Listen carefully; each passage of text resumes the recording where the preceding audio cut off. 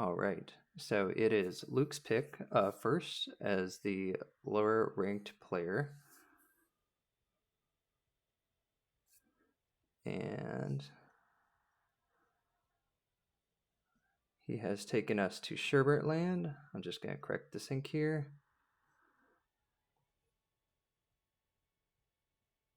All right, that looks pretty good.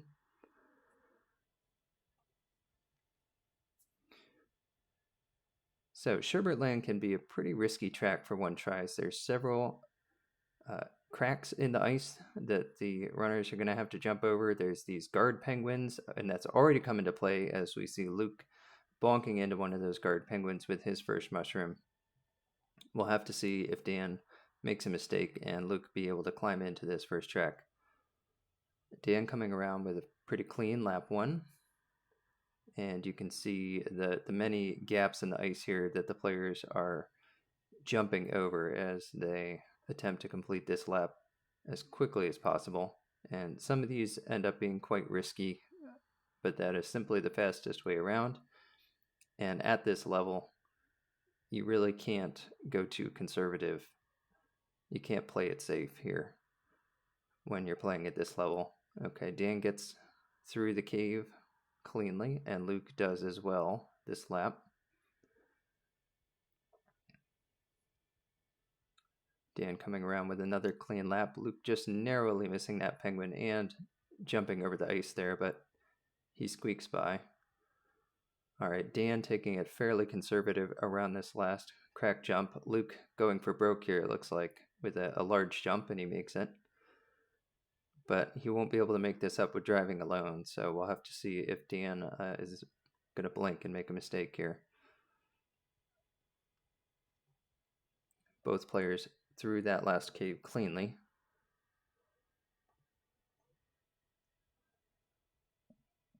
Dan here coming to the finish with a 1:57.49, and unfortunately that initial mistake looks to be the difference, and Dan comes away with the first track.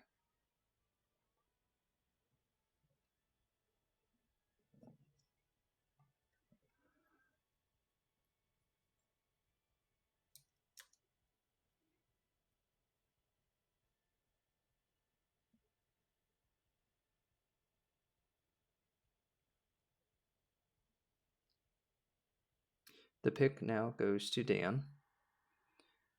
I think we've got a false start here from Luke. He's going to back out here.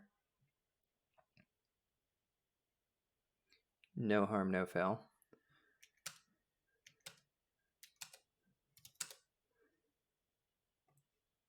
And Dan is taking us to Mario Raceway, a notoriously short, twisty driver's track.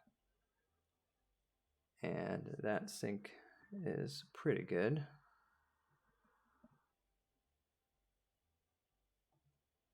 All right, we've got them synchronized here. We'll have to see if these players are brave enough for the mushroom cut. This is what I would expect at this level. Oh, and it does not go well. The first lap for Luke, he spins out on that piranha plant while Dan gets through cleanly. And we'll have to see what happens on laps 2 and 3 if he's going to be able to make that up. There is a safer route to go around that mushroom instead of jumping through the gap, but similar to what I was saying on Sherbet Land, it's really not an option to play it too safe here. Dan does get through a second time cleanly. Luke this time also fairly cleanly. But against players of this caliber, you can't just play it safe and hope that, you know, a fairly clean run is going to take it. You have to just go all out, leave it on the table. Pretty much comes down to this last cut from Dan. He does make it through cleanly. Let's see about Luke. He does as well. A little bit of bonking, but I think he's going to be unable to make it up here. Dan taking it fairly wide around that wall, probably not wanting to bonk his mushroom. And he crosses with a 1:28.41. Luke with a 133.45, and so far it has just been 2 lap 1 bobbles that have cost Luke here, but hard to blame him. He is up against the best, and so he knows he's got to go all out.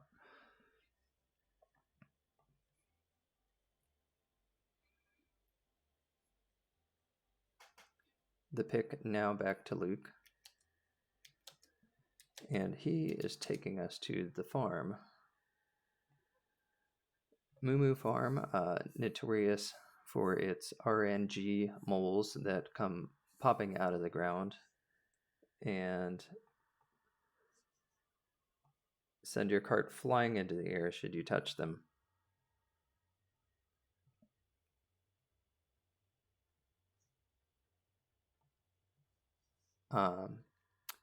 Sorry, just checking out the sync here. There are safe paths to take around the moles, of course, but those always are the slower paths. We see them getting through cleanly here. Both players taking a, I won't say conservative, but they're not risking going over too many mole holes, which is the smart play in a one-try league. I've been told by Mario Kart legends smarter than me that anytime you go over one of these mole holes, there's about a 40% chance that you're going to take a hit. And that's just something that you can't risk in a one try.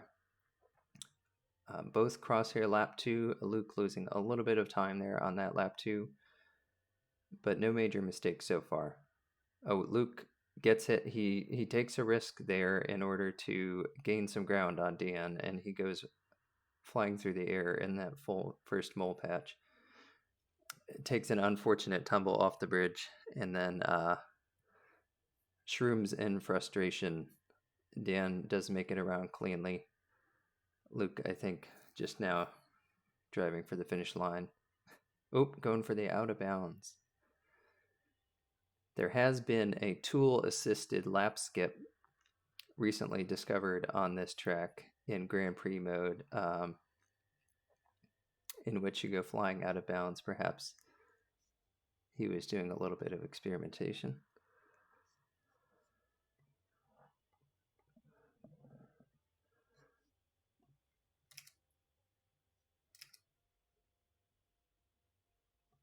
All right. 1 second, I had missed the time and I'm just entering them now. There we go.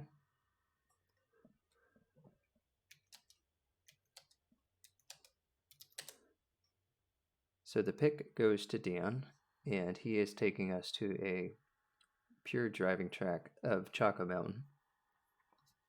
And for players of this caliber, we expect to see really pretty clean runs. There's not a lot that would trip up runners that are this ranked.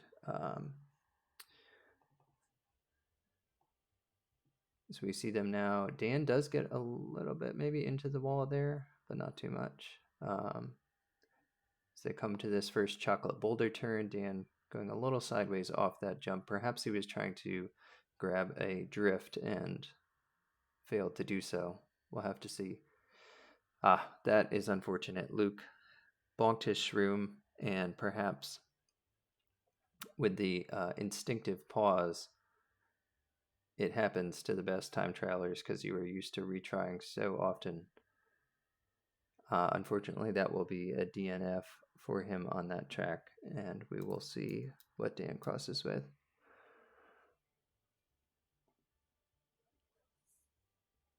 Yeah, so Dan grabbing that drift off that small hill, I think that's what he was trying to do on the first lap. Coming around nice and tightly around that bend.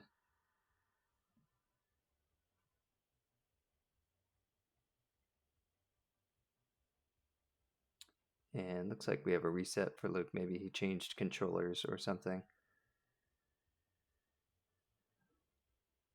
That not a problem. He can join back in when he is ready.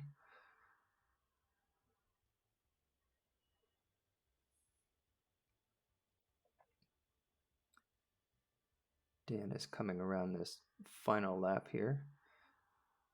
Let's see if we get any boulder squishing entertainment, but I suspect we will not. And Dan driving a very clean 3-lap here. Going with a 1:57.65. Very strong time here. With that, he will take the first set. So the pick will go back to Luke. The loser of the previous set always gets first pick, regardless of whether they picked last or not.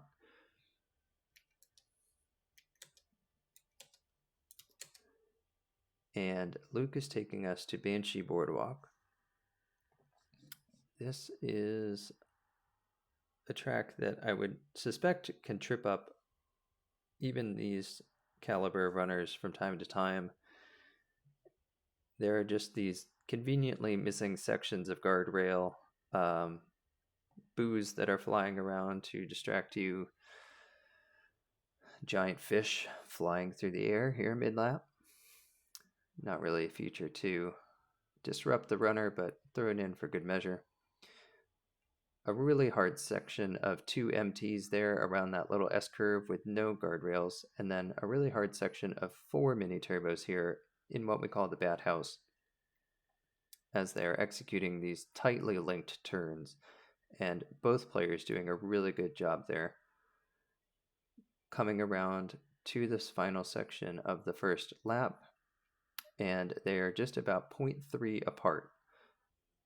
So we have got a really good race going on here so far on Banshee Boardwalk.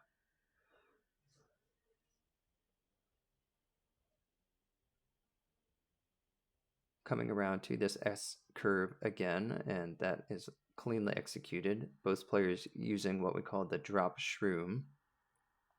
Expected at this skill level, but risky nonetheless. And both of them executing that very cleanly. Coming around this final turn of the second lap. And it looks like Dan has pulled a little bit further ahead by about 0.2, so maybe a total advantage now of about 0.5. But both players driving a really clean lap here, 3-lap here, rather.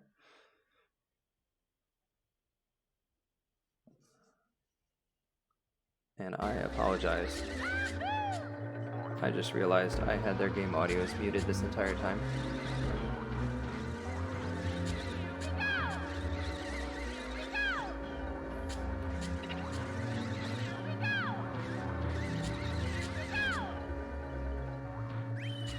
Dan crossing with a 2:04.95. Luke slightly back.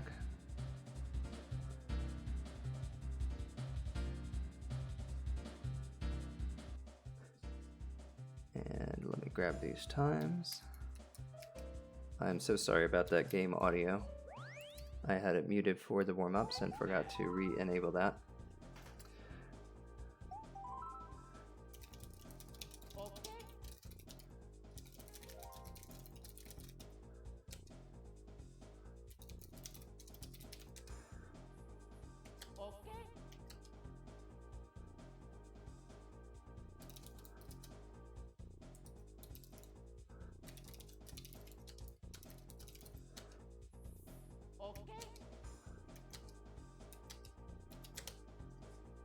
Alright, apologize for that brief delay.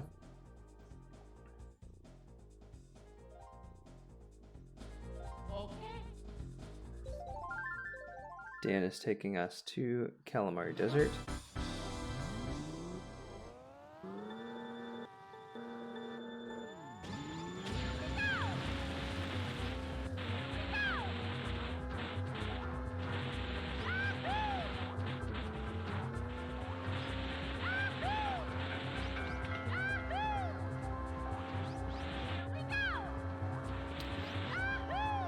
So this track features a circling train that comes into play on the second and third lap. Players of this rank will have no trouble at all beating it on the second lap, and actually they run into problems crossing too closely behind the train on the third lap. So what we will see is them save likely both mushrooms for the third lap, the second half of the third lap. Both of them executing really clean hill hops there and crossing in front of the train. They make those hill hops look easy, but they are anything but.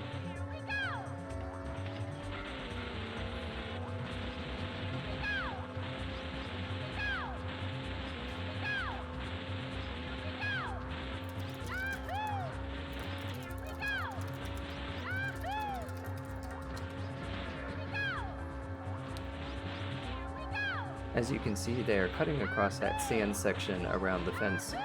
Even without a mushroom, it is faster to cut across the sand, and they do these hill hops a third time.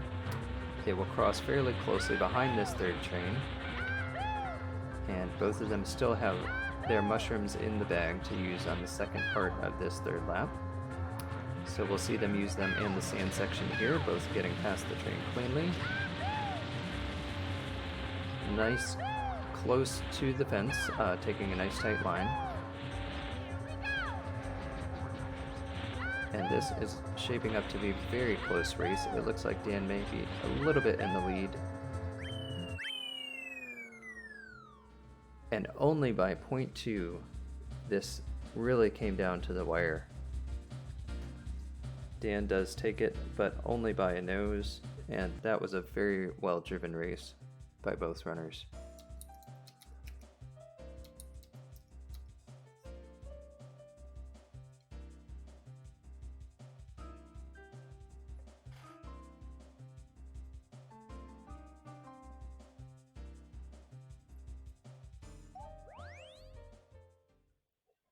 The pick does now go back to Luke. And okay, yeah, I think Dan was just testing his audio here. Thank you, Dan. All right, Luke is taking us to Luigi Raceway, which is a pure driving track. There is nothing here to trip up the runners. In fact, there are very few features at all, which makes it a little bit boring, but if you want a pure all-out driving course, this is the one for you. You see them coming down the big curve here, hugging it as closely as possible, while still getting off those mini turbos. And both executing very clean, straight stretch mini turbos there before the tunnel. As they come out here, we'll expect to see them go into the grass and use their first mushroom. And then they bonk the wall to get what we affectionately call the mystery boost, where it helps them drive faster on the grass, actually, for strange Mario Kart 1990s coding reasons. They come around here on the big curve on the second lap, and what we're watching for here is any minor touches of the sand or the grass. It's not that major mistakes can't be made on this track, but often the margin of victory will lie in those very minor mistakes. And we'll expect to see both of their shrooms used here, both players hugging that wall very tightly. That is just gorgeous. Dan just with a tiny edge on that second lap, and both players looking to be neck and neck. We'll have to see how it comes down here on the third lap. A really clean race driven by both players so far. Dan misses his initial attempt at the straight stretch mini turbo, or SSMT, but he does get it off eventually. And then without mushrooms, they are driving what we call the little curve rather than going through the grass. And they are coming to the line, down to the wire, and Luke has taken this one with an excellent race from both runners. 158.54 to 158.47. Well done.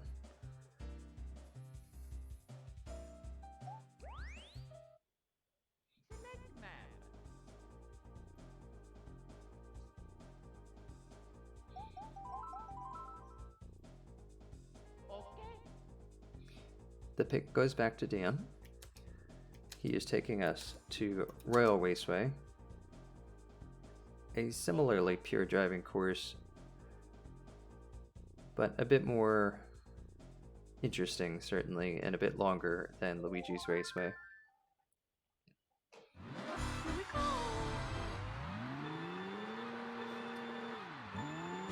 And that sync looks good.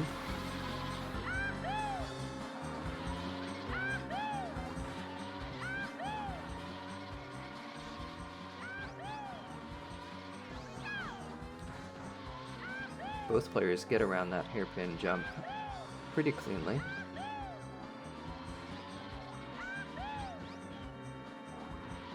We'll expect to see them use their first mushroom here around this larger hairpin turn,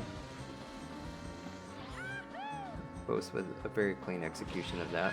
And then these drifts are tricky along this big ramp. You have such a confined space, but they still get off those SSMTs very cleanly. I'll be interested to see if anyone is doing the new hill hopping strat here, and they do not. They go for the older strat where you cut across the grass. Less risky, I believe.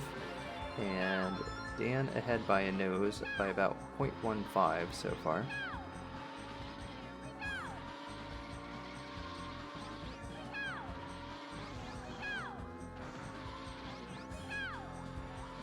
Really clean driving from both runners here.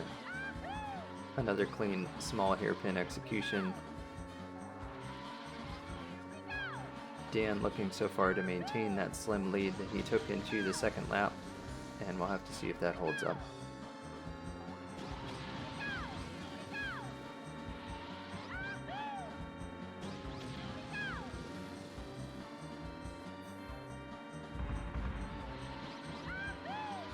This ending section of the lap is pretty tricky. I think we had a missed MT from Luke there, and he goes for the hill hop strat. Perhaps he flirts with danger there, almost tumbling. If he touches that brown section, he would tumble. He still appeared to lose some time, but that hill hop strat where he took a large bounce over that hill is a newer strat to potentially save some time. They execute that jump over the hairpin turn cleanly.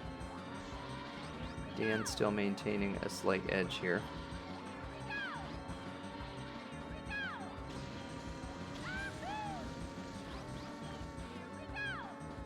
As they come onto this final ramp jump, it will come down to who can execute this last series of mini turbos cleanly.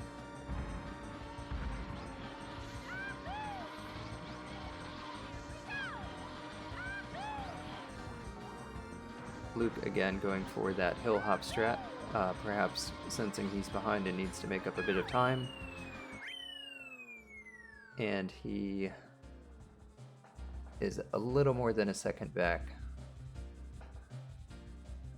with Dan crossing with a 2:52.25 and Luke with a 2:53.35.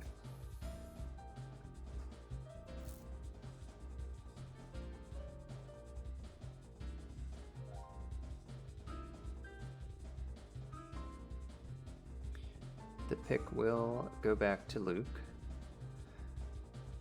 and we'll see where he is taking us this time.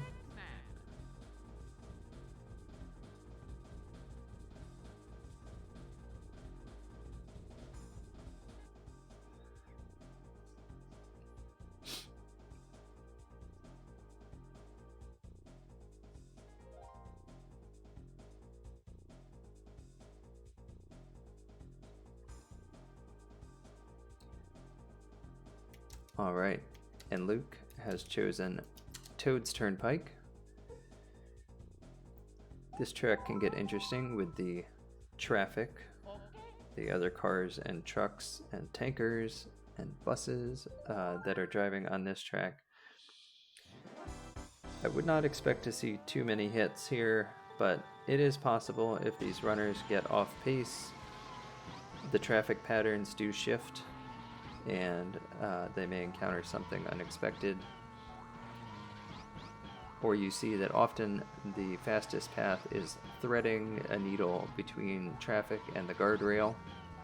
If you happen to bounce off the guardrail, then it can be dangerous as you do run the risk of being bounced out into that traffic.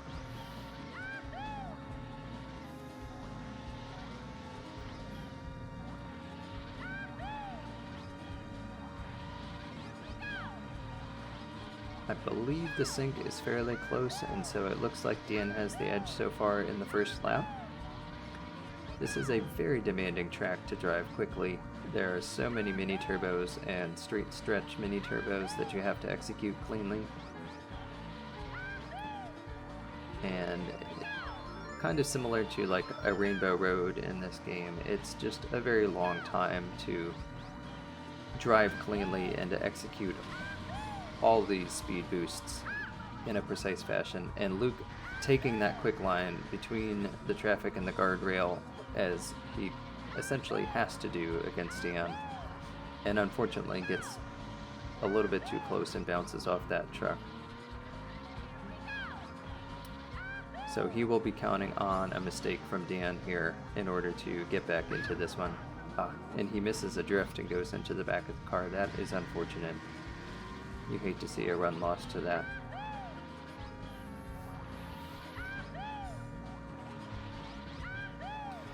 The optimal lines come so close to the traffic here.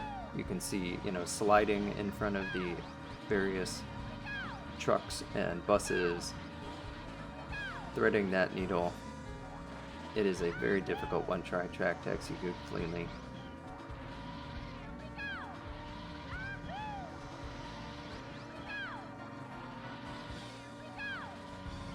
Dan coming around to the middle section of the third lap here. Luke opting to use his shroom around that corner. He does have one more shroom in the bag, as does Dan. There is really no best place to use your shroom here. There's no corners to cut, no off-road to speed over. So really it's kind of the runner's choice of corners where they feel like using those mushrooms. Dan coming here to the end of the third lap, and you can see the traffic is quite congested. Threading his way through all these cars and trucks and buses, he makes it through cleanly and will run his 3 lap in 2:58.66. Luke also making it through the traffic cleanly at the end. We get the swag finish with him embedding himself into the guardrail.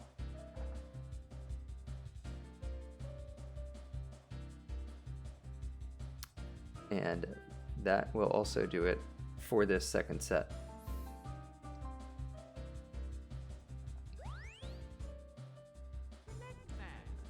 So that was Luke's pick. However, the pick will still go back to Luke, as Dan did take the previous set.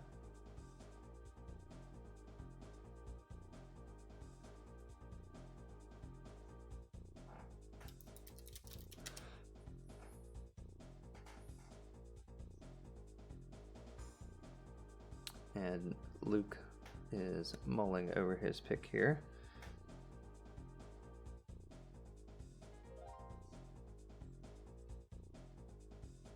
Now that it is set 3, the track pools have been reset, and these runners can choose any track that they wish, even if they picked it in one of the first 2. So with that, Luke is taking us back to Chaco Mountain.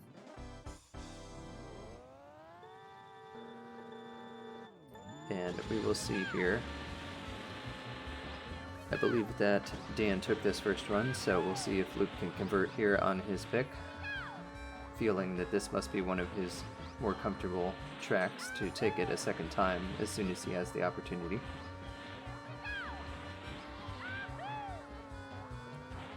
Dan again missing that MT over the hill. Not a major mistake.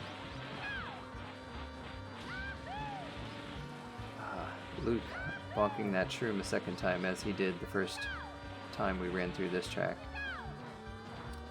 And then on laps 2 and 3, they used the shroom at the very beginning of the lap,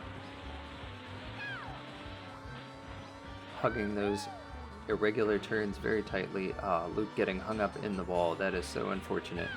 There's a minor little bump there in the wall, and it can just really grab your cart.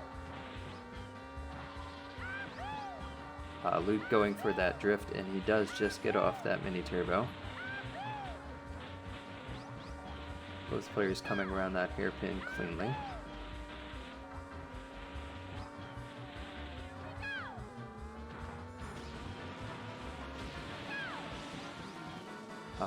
Luke bonks his final shroom into the wall, which kills that speed boost, and that is really unfortunate.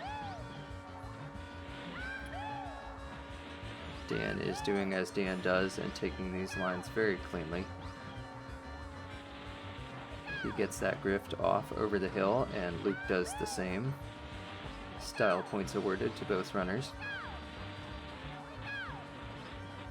Both players with nice tight hairpin turns here, and they come to the finish.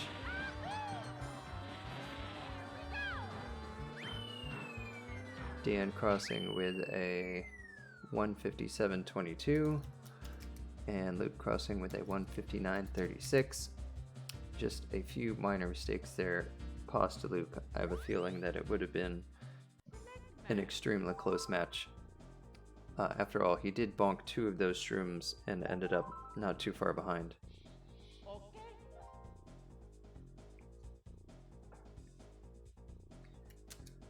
So Dan is now taking us to Frapp Snowland. This being a fairly interesting course featuring giant statues of Mario and Yoshi, exploding snowmen, a giant mushroom shroom spot over a mountain. So all in all, there's a lot going on here. Oh, and Luke going for broke with the new strat of cutting that corner more tightly. Unfortunately, it does not work out for him, and that may cost him unless he's able to execute it on another lap. Dan, you can see in the traditional shroom spot, coming very close to one of those exploding snowmen, but going through cleanly. Luke, without using a mushroom there, does drive around. Both players executing the canyon section cleanly. Dan at this point far ahead, as Lakitu had to rescue Luke from the first lap, but you cannot blame Luke. Facing Dan, he is going for it again. He does not get through. This is a very difficult jump to make, and Dan taking the optimal line through those 2 snowmen. Very difficult to execute. Luke perhaps feeling that this was his only chance here to execute the new strategy, as it does save, I believe, a few tenths of a second, which at this level is huge, per lap. And he thought that making up that time on Dan is maybe his shot of getting back in this track. Dan coming to the final shroom spot. Luke will be counting on a mistake and him to get through, which he does not, unfortunately. Dan does get through, not quite on the ideal line, but gets through cleanly.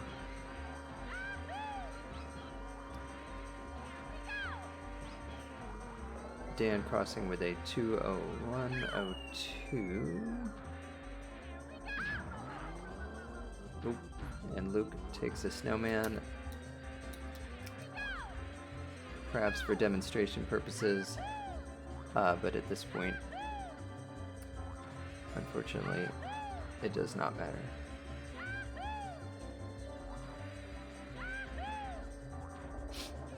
So Luke crosses with a 227.13. You have to hand it for him. Going for that new strat is a really bold move. It did not pay off for him, but he had the guts to do it in a one try.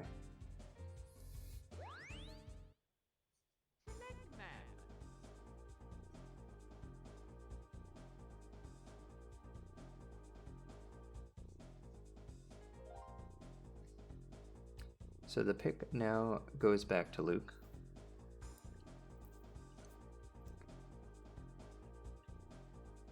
And he is taking us somewhere more sunny and warm than perhaps Snowland. He is taking us to the beach. So we are going to Koopa Troopa Beach.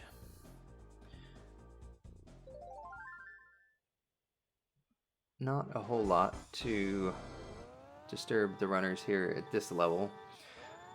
There is a tunnel jump midway through the lap, which is basically a designed shortcut, although since it was obviously intended by the game designers, it is allowed in non-shortcut racing. Luke missing, I think, a mini turbo there around that corner, and they are going towards this tunnel jump. Luke attempting the MT into the tunnel, not getting it, and kind of hopping in frustration, which is understandable. It is a substantial time save, I understand, to grab that MT into the tunnel ramp, but it is extremely difficult, and if I remember correctly, Dan did not attempt that on the first lap. Let's see how Dan does here on the second lap. He does attempt it, actually. Okay, he does get through. And he is using his shroom in the traditional spot. We see Luke going over the large ramp, where he would normally be able to grab a blue spiny shell. If this were Grand Prix mode, always a swag item to have in your pocket. Luke is going for shortcuts here. I think he's searching for the elusive Koopa Troopa Beach shortcut. Shout out to our lab, Weatherton and Forrest. They have been able to break so many of the tracks in this game, but not yet Koopa Troopa Beach. I think Luke is being a little bit of a guinea pig for them at the moment.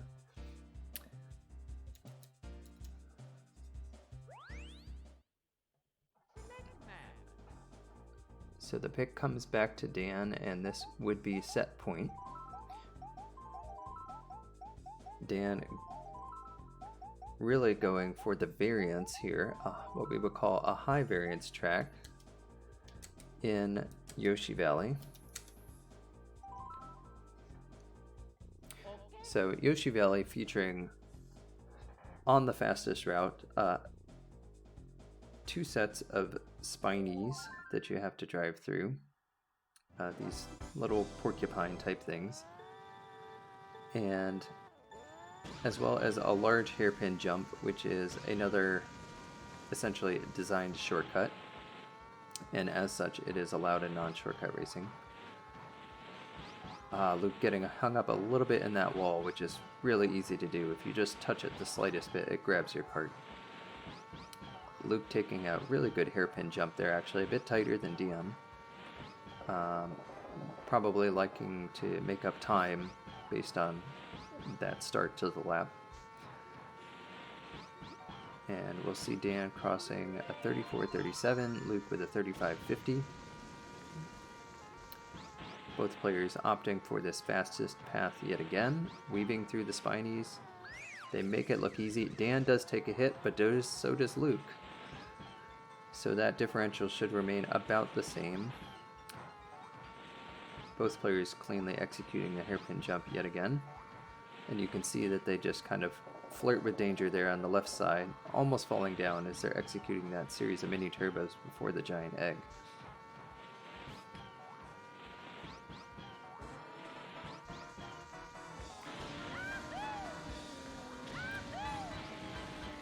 both players with slower lap 2s as they... Oh, and Luke takes a hit. Oh, and just... That is a conveniently missing section of guardrail. I think the game designers knew exactly what they were doing, as when you hit that section of spinies... Oh, and Dan takes a tumble down to the valley floor. He does touch that lower section of Raceway, so that's where he is put. But he is in real danger now. This will come down to the wire. I think the sync isn't quite exact, but we will see them come down here on the grass towards the finish line, which extends left to right. And Luke does take this.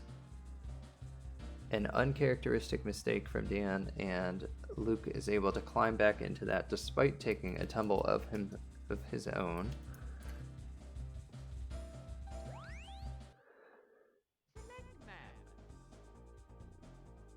And it is set point once again, but Luke has taken a track here in the third set. And the pick does go back to Luke.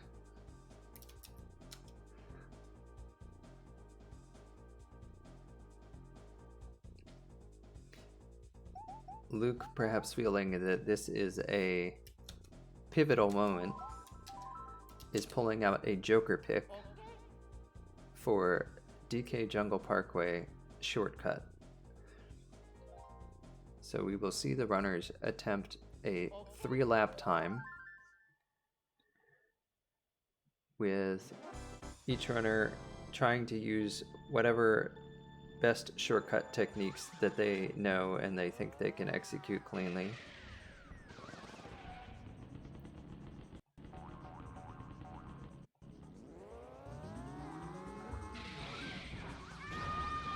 I think we see them both successfully making that, if I understand it correctly. We should see a lap skip on this attempt, and we do. Luke looks to be ahead at this point, and it will come down to whether they can get this second lap skip. He does not quite get it, and he will have to try it again. So does Dan make it this time? Yes, I believe he does, but he goes into the water. Luke gets it as well, and so I think he will be able to climb up this cave wall and get across the finish for the win. Well played. Dan probably not wanting to save his shortcut time, and we see also Luke resetting his before it's saved. To be honest, I was not quick enough to catch those times, but I will put in representative times that will give Luke the win, and we'll have to go back and grab those later.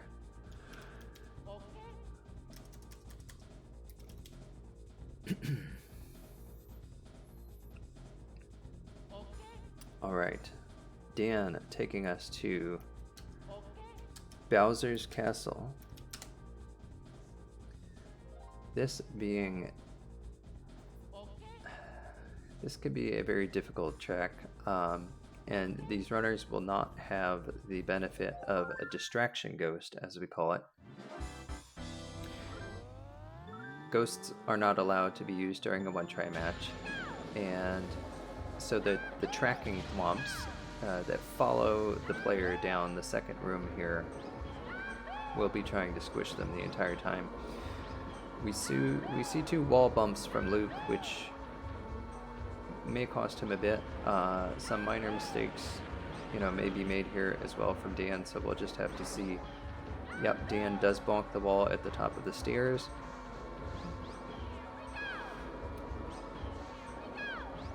And both players, as they cross the bridge, Luke just seems to be a touch behind, but I think Dan's speed also may be a touch in front of his, so we'll have to see these lap times. 45, 49, 46, 46. So Dan is ahead by close to a second. Luke getting style points for sliding inside the bush there. Very difficult to execute. Getting through those thwomps, but kind of taking a hit into the wall, sliding very closely in between the wall and that sliding thwomp. Really trying to take that optimal line, and it nearly cost him, but he did get through.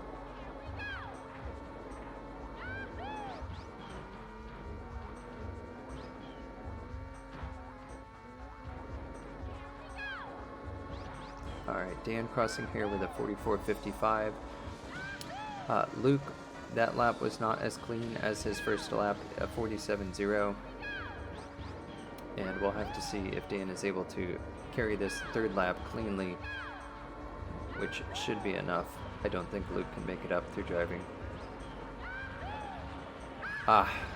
Luke a little bit off pace here, with that second lap being a bit slower than he is used to. Those sliding thwomps, they are in a different position, and you have very little time to react as you come into that room. So Luke with a tough bit of luck there as he goes into that sliding thwomp, which will seal it for him as Dan crosses with a 2:15.52 and Luke with a 2:21.52.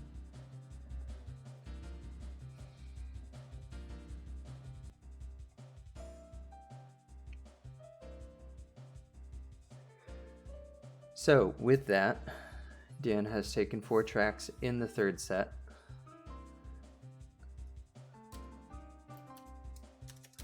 And let me see if I can get the runners into voice chat.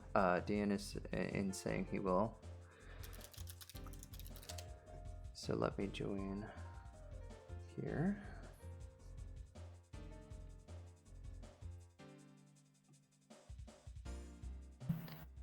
Hey Ben, can you hear me? I can, Dan. How are you? I'm doing well. How are you? Good, thank you. That was a very clean match you ran. Yeah, I was super happy with that. I actually until Yoshi Valley, and the reason I picked Yoshi Valley there at the end was I had actually gotten every god time, like every track I had a god time, so I was just kind of like trying to put myself under some pressure and see if I could do it. Because I just think it's important to always like be working on, the pressure side of it, and didn't quite get it, but it was still fun. Absolutely. Sorry, I was hearing an echo just then. I think I muted your stream, which got rid of it. Okay. Oh yeah, hold on, let me Yeah, no turn worries. my mic off. I think we got it. I was wondering about that kind of late pick of Yoshi Valley, and it did actually end up backfiring on you, but that was a very entertaining match to watch. In that track specifically. Actually, about Yoshi Valley, so I if I go faster than like a 34:30 on lap 1 on Yoshi Valley, then I actually want to try to go inside the second set of spinies on lap 2. But I got like anywhere between 34:30 and 34:40 is like kind of bad pace, because if you're slower than that, you want to go between the first and second spiny on lap 2 there.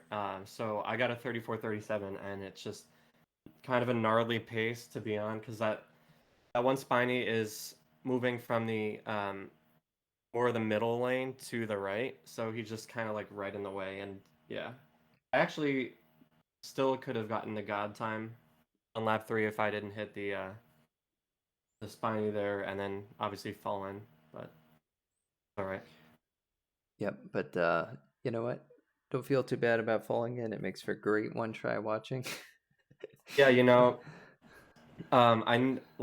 I knew I had to play really clean, and I mean, I don't know if you saw my last match with Zoran, but I had a lot more big mistakes than this match. I had barely any, and I knew I would have to be like that because Luke is a super fast starter. He's got really great technique, and you saw that on like Calamari Desert, on Luigi Raceway.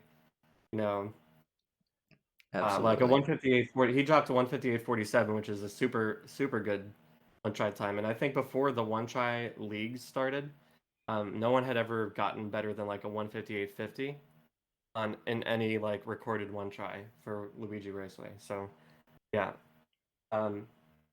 And I remember my match last year with him. It was the same kind of thing. Like he just is super fast, but sometimes he'll make bigger mistakes. So I just needed to try to keep it really clean, and I definitely did that much better than last time. You drove a very clean match and very consistent.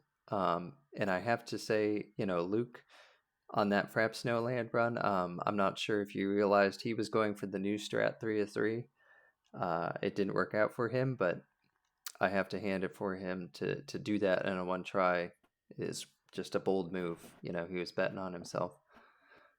Yeah, it would be super hyped to be able to pull that off. I mean, my own hit rate for that personally is like anywhere from like 10 to 20% depending on the day, probably. So I mean, not easy that jump. No, absolutely not. And for you to have that kind of hit rate, about anyone else is going to be less consistent at it. So I think he's betting to get lucky and feeling it. He did drive. I noticed he was taking you to the driving tracks, which I thought was interesting. And he was by and large executing them pretty well, as you were saying. Yeah, he has. I mean, and I remember from our match last year, he's very good at the driving tracks, and his technique is actually really strong. Like, I've ever watched him drive like Calamari Desert. Uh, his like SSMTs.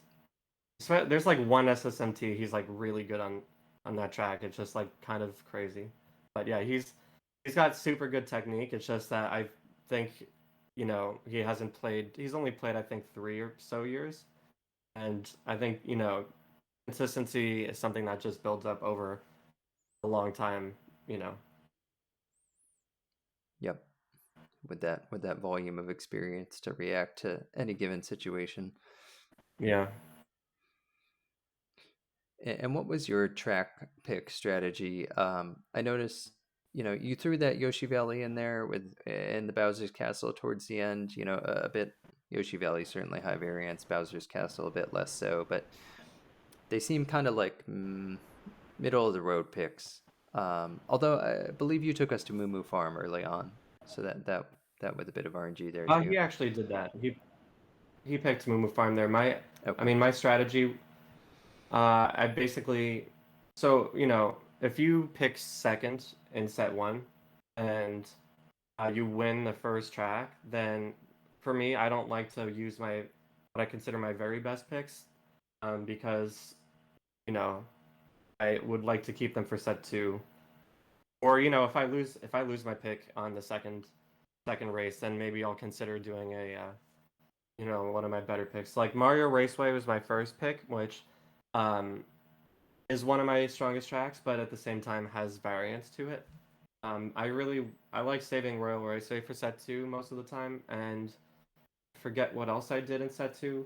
Oh, Calamari Desert. Yeah, I've actually gotten really good at Calamari Desert, and like this cycle, I did mess up a little bit on lap three, but just like the hill hops give you so much room if you're really good at the hill hops to have a lot of leeway as far as the train. You can make mistakes and be right, kind of just like barely miss the train on lap three. So yeah, I like to save those two tracks for set two, but then set three, I was just kind of challenging myself, you know, because I mean, my favorite part about these one tries is it doesn't matter who I go against personally. I'm always nervous for these one tries, but if I'm doing really well, then on set three, I won't be as nervous, but I want to kind of keep up that feeling of like adrenaline just because I like that feeling. So that's kind of why I picked Yoshi Valley, like I said, just to um, challenge myself, see if I could drive a god time.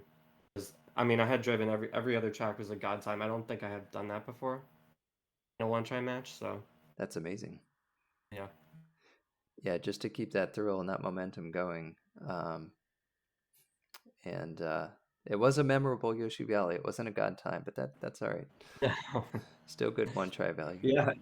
It's funny. I'll have to go back and rewatch because I saw he got like zero point 0.3 or zero point 0.4 better than me, which must have been fun to watch.